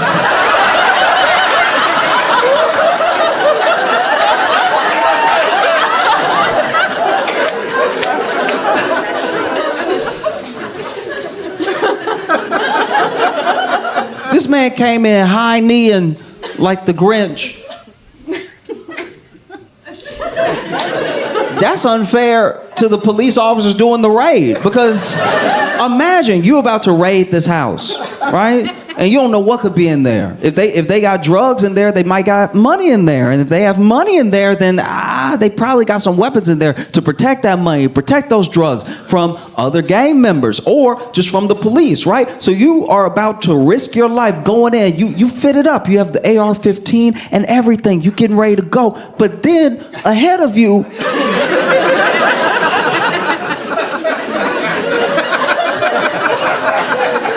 your leader is going in dressed like the Grinch. And then he battered the door down and run in. You gotta run after him and make sure not to accidentally shoot him while he over here high kneeing in front of everybody, moving all crazy.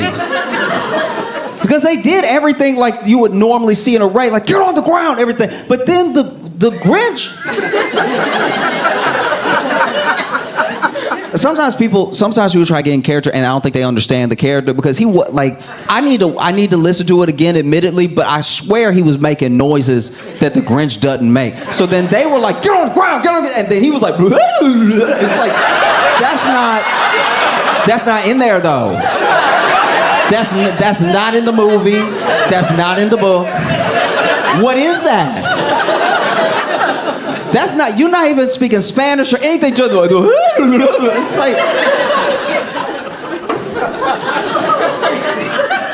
in what work? Because you can tell, even as they getting arrested, they're like, but is he with y'all? Like, no, I'm getting on the ground. I'm asking though. Like he's just moving all weird in here. Like, what is that? I'm getting on the ground. I'm just saying.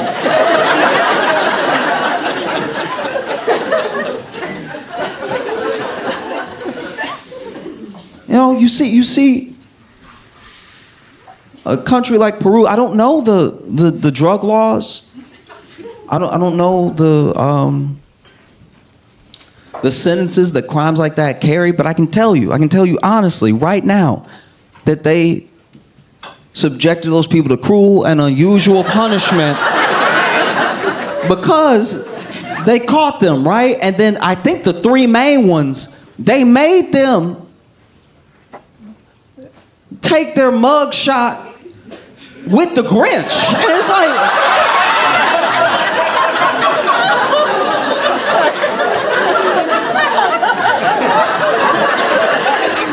What other reason could there be other than to ruin a person's life? To completely diminish all street credibility. Than to make them take a mug shot with the grit. They over here, and I'm sure they didn't answer any questions, because if you can Google this, look at the picture later. You see them in the picture being like,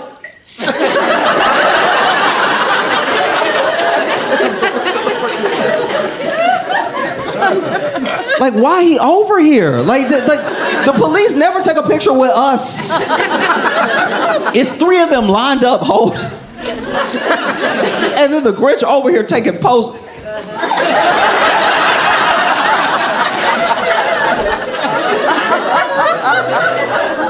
Looking all proud. Because it seems very dangerous to like go in there, battering ram, and run up in there as the Grinch, but maybe it's not. Maybe he knew that if you run up in there as the Grinch, people so confused that they don't fire right away. They literally like...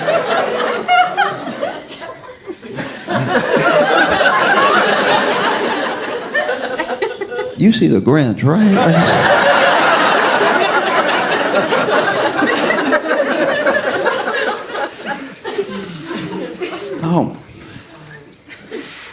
No, we're not a serious people.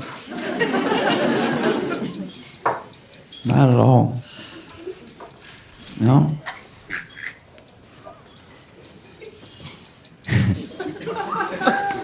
It's okay. I've been very excited to come back to Portland because I came here in February for some shows, and normally when you do comedy, you go places like once a year, because usually when you go somewhere, the place you went to is like, that's enough.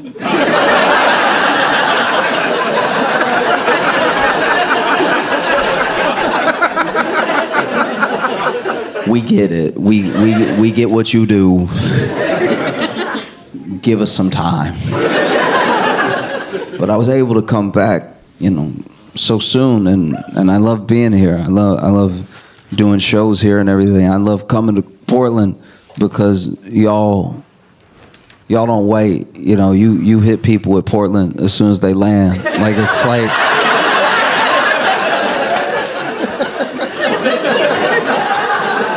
I landed in Portland, and my Uber driver to the hotel told me everything. It's the whole backstory. It was a lot. Okay, so top, right? So he basically was in a relationship, then married, and is now divorced from apparently the devil. And so then... So him and Satan, they still share a child, a cat, and a timeshare. And sharing all these 3 things with Lucifer has really made it difficult. It's made his life very hard. And I was listening to all of the woes of each thing, like the child, the cat, the timeshare, and I was like, oh, okay, well, if I'm being honest, you only really gotta love like 2 of those. You know what I mean? Like the timeshare. The whole point of a timeshare is that sometimes you're there and sometimes you're not. So like, just be there when the devil's not there, and then let the devil have it sometimes, because that was always what was gonna happen. The cat, look. I know you love the cat, and the cat loves you, and Satan's in the way. But I promise you, if you get a cat that look like that cat, it'll be like having that cat. I can almost guarantee. I'm not saying every cat is the same. I'm just saying that a lot of cats, when he described the cat to me, he was like, oh, she likes to cuddle sometimes, and she sleeps most of the day. And I was like, that's cat. If you could get one that looked just like her, you'll feel like she there. You don't even have to clone her. That is a cat up and down. That's everything you just described is everything I've ever known a cat to do. So, little standoffish sometimes, likes to sleep a lot, climbs a little bit. Yep, you have a cat, sir. No need to share custody on this one. Just get an extra cat, and then that way, if you have two cats, actually, you know what y'all need to do? Y'all need to reverse parent trap this thing. You get a cat that look exactly like that cat, and you put them in a room together, and then you just shake the door a little bit, and then when you open the door, you each just grab a cat, and I guarantee you, it'll be like having that cat, right? And then it's like a Schrodinger's cat, because you won't know if the cat is the cat or if the cat is your cat. And you can just enjoy life with your cat that's yours in your head or not. Who knows? No one cares. The cat won't care. I guarantee you, the cat does not care. This whole custody battle over the cat, sometimes it's at your place, sometimes it's at hell with Satan. That whole thing is nothing to the cat. The cat is like, I'm a nap regardless, right? The child, yes, that is rough, to be fair. That is very rough. You share a child with someone that you can't stand, and if anything, I think that y'all should probably really figure out your differences, because you seem to have so much anger, and from the story that you're telling me, the devil also has a lot of burning fire, anger towards you, and I don't know. I mean, the opposite of love isn't hate, it's indifference. If you really didn't care, you would know that you've fully fallen out of love with this person, but because you still have so much passion involved, you should really check in on that, because that's something that you got to be careful, because what if in all that passion maybe y'all rekindle a little bit because you care so much, and then what if you accidentally just in a fit of passion y'all make another kid? That would be like the cat thing but worse, because the cat thing is a solution. Two kids with someone that you hate is a big problem. That's double the problem, right? And so then I guess he wasn't really trying to hear what I was saying, but I only said any of that stuff because I was like, if you tell me your whole life, I thought that you would want some notes on what was going on. I didn't think that you would tell me your whole life and then just be expecting me to. You might as well talk to yourself when you're in the car alone. If you don't expect me to respond to any of it, so then I just laid it all out for him the way that I saw it, Go ahead and let the devil share your timeshare and everything. Go ahead and get another cat. Make sure you figure out the problem so that you can raise this child in a healthy environment. And I don't know if I rubbed him the wrong way or something, but he was like, hey, we've been here. You can get out at any point. And to be fair, we had been at my destination for 15 minutes. I was just sort of in the car chopping it up with him because honestly, we got to my hotel during the timeshare portion. So the cat and the kid was just, I was trying to get my thoughts out real quick, and he was like, yeah, but I do, this is my job. And I'm trying to leave, right? And I was like, all right, but I just thought that maybe it would be helpful. I thought it would help, to let you know. And hey, you a good person and everything. You clearly an open person. You told me everything, and you don't know me at all, and you don't know who I'll tell. And so the idea that you're so trusting is both a pro and a con of being in relationships, because you're trusting enough to pour out your heart to a total stranger, but also sometimes that trust can either be betrayed or misused, which is what it sounds like the devil did to you according to your story and everything. And he was like, I can get your suitcase for you if you need.